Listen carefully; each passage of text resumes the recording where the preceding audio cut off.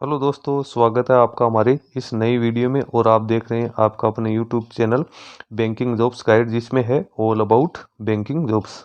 दोस्तों, जैसा कि आप सभी को पता है कि आईबीपीएस की ओर से वर्ष 2024 का एग्जाम कैलेंडर है वो जारी कर दिया गया है, जिसमें कई तरह की वैकेंसीज को शामिल किया गया है। इसके लिए आईबीपीएस की ऑफिशियल वेबसाइट पे एक नोटिफिकेशन पब्लिश किया हुआ है, जिसको लेके मैंने भी एक वीडियो बना रखा है। दोस्तों, मेरे पास कुछ कैंडिडेट्स के कमेंट्स आ रहे हैं, या यूं कहें कि इस बिगनिस कैंडिडेट जिन्होंने अभी ग्रेजुएशन कंप्लीट किया और जो अभी बैंकिंग सेक्टर का फर्स्ट एग्जाम देने जा रहे हैं, एग्जाम देने की सोच रहे हैं, तो ऐसे कैंडिडेट्स के मेरे पास कमेंट्स आ रहे हैं कि सर हमारे ग्रेजुएशन में इतने परसेंटेज है। कोई बोल रहा है हमारे 55% है, कोई बोल रहा है 70% है, कोई बोल रहा है 40% है, कोई बोल रहा है कि 58% है। तो सर ग्रेजुएशन में कितने परसेंटेज होने चाहिए ताकि हम आईबीपीएस, एसबीआई और आरबीआई में की ओर से जो वैकेंसी निकाली जाती है उसके एप्लीकेशन फॉर्म सबमिट कर सकें। दोस्तों, इसको लेके मैं आपको एक चीज क्लियर कर दूं कि जो पुराने कैंडिडेट्स जो एप्लीकेशन फॉर्म भर रहे हैं, उन कैंडिडेट्स को तो पता है कि कौन कौन सी बैंक्स में जो वैकेंसी निकाली जाती है उसमें ग्रेजुएशन कितने परसेंटेज होने जरूरी है। आमतौर पर अपन बात करें आईबीपीएस पीओ या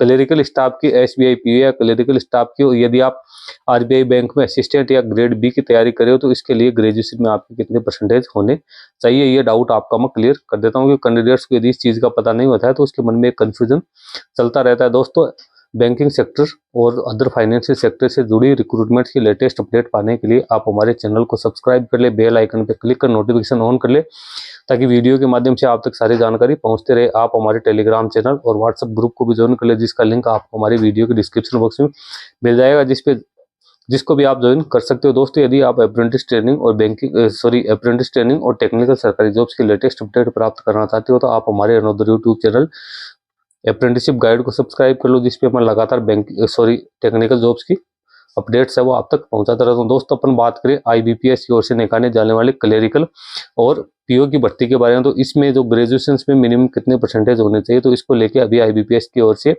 कोई यहाँ पे मिनिमम परसेंटेज का कोई क्राइटेरिया नहीं रखा गया। यानी कैंडिडेट के पास में 45% है तो भी कैंडिडेट यहाँ पे एप्लीकेशन फॉर्म फिलअप कर सकता है, 60% है तो एप्लीकेशन फॉर्म फिलअप कर सकता है। यहाँ पे इस प्रकार की कोई ऑब्लिगेशंस नहीं है कि आपको इतने परसेंटेज होने पर ही आप एप्लीकेशन फॉर्म भरना चाहे। तो जो भी कैंडिडेट आईबीपीएस में पीओ क्लेरिकल के लिए एप्लीकेशन फॉर्म भरने की सोच रहे हैं तो बिंदास होकर एप्लीकेशन फॉर्म भरे, अपनी जो तैयारी है उस पर फोकस करें। इस प्रकार का कोई एलिजिबिलिटी क्राइटेरिया अभी तक नहीं रखा गया। इसी प्रकार से स्टेट बैंक ऑफ इंडिया की ओर से जितने नोटिफिकेशन निकाल जाते हैं पीओ और क्लेरिकल स्टाफ को लेकर, तो उसमें भी ग्रेजुएशन में मिनिमम परसेंटेज का कोई क्राइटेरिया डिसाइड नहीं किया हुआ। इसमें भी कैंडिडेट के पास में ग्रेजुएशन पासिंग की डिग्री है तो वो अपना एप्लीकेशन फॉर्म वो सबमिट कर सकता है। अब बात करें रिजर्व बैंक ऑफ इंडिया की ओर से निकाली जाने वाली वैकेंसी, दोस्तों यदि आप असिस्टेंट की तैयारी कर रहे हो रिजर्व बैंक ऑफ इंडिया में और आप सोच रहे हो कि मुझे असिस्टेंट पे ही फोकस करना है, तो आपके ग्रेजुएशन में मिनिमम 50% मार्क्स होने जरूरी है।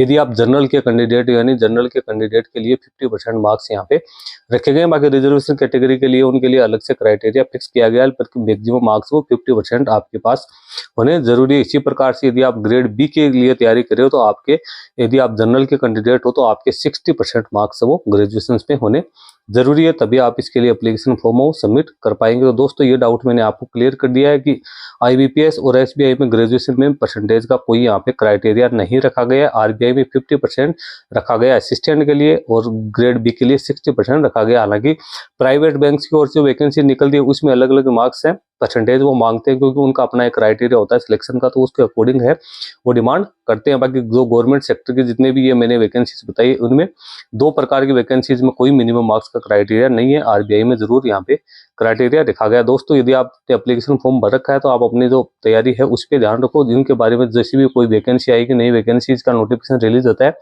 तो मैं अपने चैनल के माध्यम से आप तक उसका वीडियो बना के इंटीमेट करता रहता हूँ। दोस्तों, आई होप ये वीडियो आपके लिए काफी इंफॉर्मेटिव रहेगा। दोस्तों, इस वीडियो में इतना ही। वीडियो अच्छा लगे लाइक शेयर करना, कोई क्वेरी हो कमेंट करके बताना। धन्यवाद।